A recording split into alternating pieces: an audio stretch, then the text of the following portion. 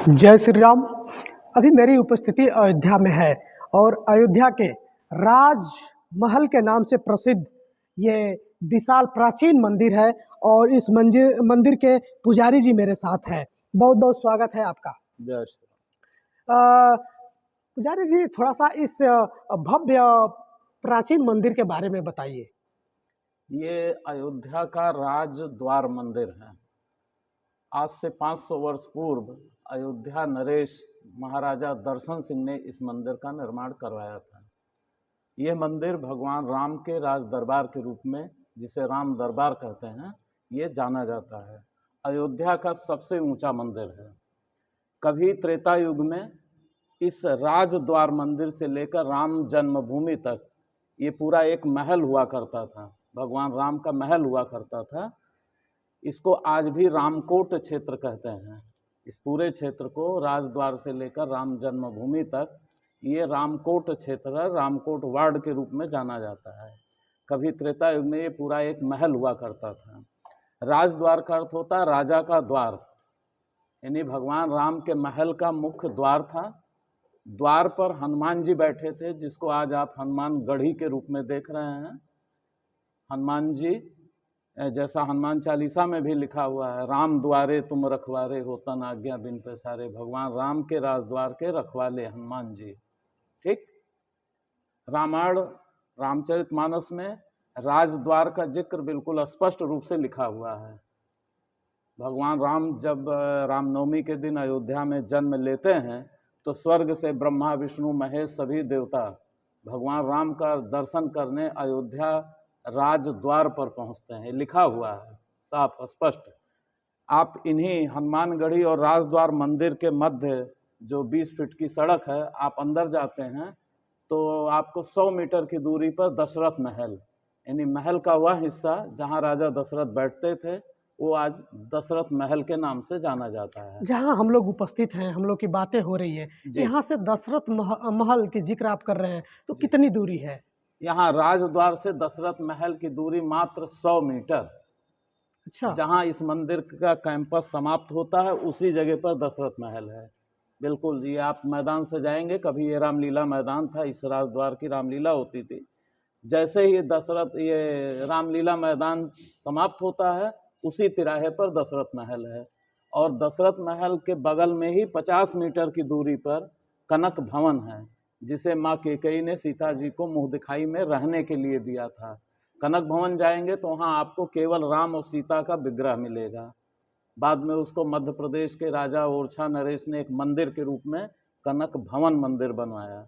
और दशरथ महल से पीछे जाएंगे, मात्र हमारे ख्याल से 100 से 150 मीटर पीछे, तो आपको मर्यादा पुरुषोत्तम भगवान राम की जन्मस्थली, जहाँ वर्तमान में भव्य मंदिर बनकर तैयार हुआ है, 22 जनवरी को प्राण प्रतिष्ठा हुई है। तो ये रामकोट क्षेत्र के 5 बड़े मंदिर हैं: राजद्वार, हनुमानगढ़ी, दशरथ महल, कनक भवन और राम जन्मभूमि। ये पूरा क्षेत्र रामकोट क्षेत्र कहलाता है। आप जब सरयू से उत्तर दिशा में सरयू बहती हैं, सरयू से स्नान करके मुख्य मार्ग से आते हैं और ज्यों ही मुख्य मार्ग को छोड़ करके इधर प्रवेश करते हैं, रामकोट क्षेत्र में प्रवेश करते हैं, तो सबसे पहले आपको राजद्वार मंदिर मिलता है। और इसी राजद्वार मंदिर के बिल्कुल समानांतर में हनुमान जी बैठे आपको, जिसे हनुमान गढ़ी के रूप में। कुछ लोगों ने का कहना है इस मंदिर का मुंह इधर क्यों बना हुआ है, लोग रास्ता नहीं जान पाते, यहाँ भीड़ नहीं होती, आते नहीं। ये 500 साल पहले यहाँ क्या रहा होगा जब ये मंदिर बना होगा।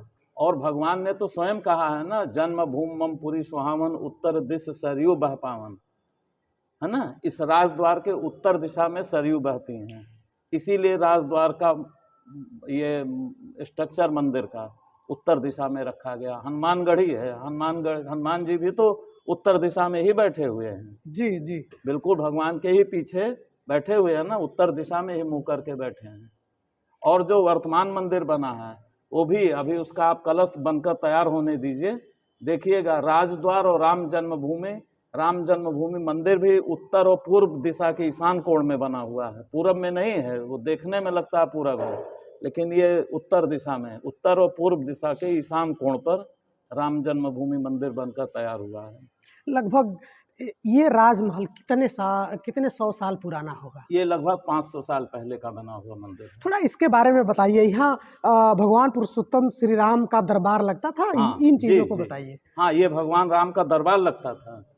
जहाँ भगवान राम का दरबार लगता था, जो राजद्वार था, राजद्वार पर ही हनुमान जी बैठे थे। भगवान राम ने हनुमान जी को आशीर्वाद दिया था, चारों युग पर ताप तुम्हारा है, प्रसिद्ध जगत उजियारा। और वर्तमान में कलयुग में हनुमान जी अयोध्या के राजा माने जाते हैं। इसीलिए कोई भी आता है पहले सरयू में स्नान करके हनुमान जी का दर्शन करने के बाद अयोध्या के अन्य भगवान राम के मंदिरों में दर्शन के लिए जाता है। बातें होती रहेंगी, आपका परिचय हो जाए। मैं पंडित नंद किशोर पाठक इस मंदिर का मुख्य पुजारी हूँ, और इसके पूर्व मेरे बाबा, मेरे पर बाबा सभी इस मंदिर में अयोध्या राज परिवार के राज पुरोहित रहे हैं, और लगभग 200 से 250 साल तो हमारा ही परिवार इस मंदिर पर रहते भगवान की सेवा कर रहा है। पंडित नंद किशोर जी के मुख बिंदु से आप अयोध्या के इस पावन मंदिर के बारे में जान रहे थे। बिल्कुल ठीक पीछे ये अयोध्या का एक विशाल मंदिर है। इसकी ऊंचाई शायद से इसके जब आप ऊपरी हिस्से पर जाएंगे तो अयोध्या का पूरा दर्पण हाँ, आपको हो जाएगा, पूरे पूरा अयोध्या दर्शन का हो दर्शन। जाएगा। और ठीक पीछे हनुमान जी, जो हनुमानगढ़ी के नाम से विख्यात है, वो मंदिर है, ठीक पीछे है। थोड़ा सा अयोध्या से जुड़ी कुछ ऐसे वाक्य को बताइए, या फिर अयोध्या के किसी प्राचीन मंदिर के बारे में बताइए, क्योंकि कुछ मुख्य बिंदु हैं हनुमानगढ़ी और जहां हम लोग बैठे हैं राम जन्मभूमि, ये तो मुख्य रूप से लोग जान जाते हैं। जी। और अयोध्या की प्राचीन चीज़ों को थोड़ा विस्तार से बताइए। अयोध्या से पहले चीज तो अयोध्या में सरयू के किनारे आपको नागेश्वर नाथ मंदिर मिलेगा, जी भगवान शंकर का, जिसे लव कुश ने स्थापना किया था। और यहाँ से लगभग 12 किलोमीटर दूर अयोध्या से प्रयागराज रोड पर भरत कुंड पड़ता है, जहाँ भरत जी ने 14 वर्षों तक तपस्या की थी, और भगवान राम आए थे तो सबसे पहले वहाँ मुलाकात हुई थी भगवान राम और भरत की, भरत कुंड के नाम से, जिसे नंदी ग्राम भी कहते हैं। जी वो यहाँ से 12 किलोमीटर दूर है। यहाँ से सिटी बस जाती है, वो भी बहुत पौराणिक स्थल है, उसको आप देख सकते हैं। जी यहाँ से लगभग 12 किलोमीटर दूर फैज़ाबाद कैंट के पास गुप्तार घाट है, वहाँ भी ऐसे विशाल मंदिर बना हुआ है सरयू के किनारे में, घाट पर ही, जहाँ भगवान राम ने साकेत धाम जाते समय सरयू में जल समाधि ली थी। वो गुप्तार घाट के नाम से जाना जाता है। वर्तमान में यूपी सरकार ने उसको बहुत अच्छा पर्यटन स्थल के रूप में विकसित किया है। जी पास में ही 2 किलोमीटर की दूरी पर सूर्य कुंड है, जी जिसे राजा दर्शन सिंह ने सूर्य कुंड का निर्माण करवाया था। भगवान सूर्य की वहाँ बहुत भव्य मंदिर है, और वर्तमान में सरकार ने उसको बहुत अच्छा पर्यटन स्थल के रूप में विकसित किया है। वो राजा दर्शन सिंह, जिन्होंने इस मंदिर को बनवाया है, उनके नाम से वो पूरा शहर ही दर्शन नगर के नाम से जाना जाता है।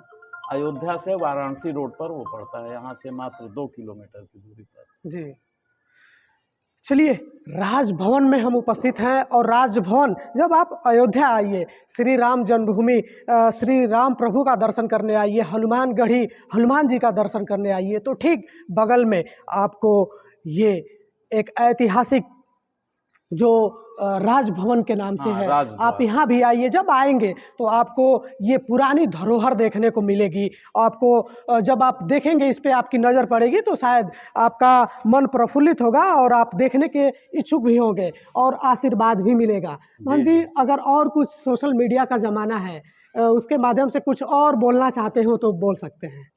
नहीं, मैं मीडिया के माध्यम से देशवासियों ही क्या, पूरे विश्व के सभी राम भक्तों से अनुरोध करता हूँ कि 500 साल बाद भगवान राम अपने पुराने भव्य मंदिर में विराजमान हुए हैं। एक बार आ कर के सभी अयोध्या में राम जन्मभूमि सहित सभी जितने भी अयोध्या के पौराणिक और ऐतिहासिक मंदिर हैं, धरोहर हैं, सरोवर है, कुंड हैं, सभी का आकर एक बार दर्शन करके इसका लाभ उठाएं और भगवान का आशीर्वाद प्राप्त करें, और भगवान राम के बताए हुए आदर्शों पर चल करके अपने जीवन के सर्वोच्च ऊंचाइयों को प्राप्त करें। जय बिल्कुल, श्री राम। पूरा भारत राममय है। आप भी आइए, भगवान के दर्शन करिए, और भगवान पुरुषोत्तम श्री राम जहाँ उनका दरबार लगता था, यहाँ भी आइए और महाराज जी से आशीर्वाद लीजिए। अगले किसी वीडियो में फिर मुलाकात होगी, तब तक के लिए धन्यवाद।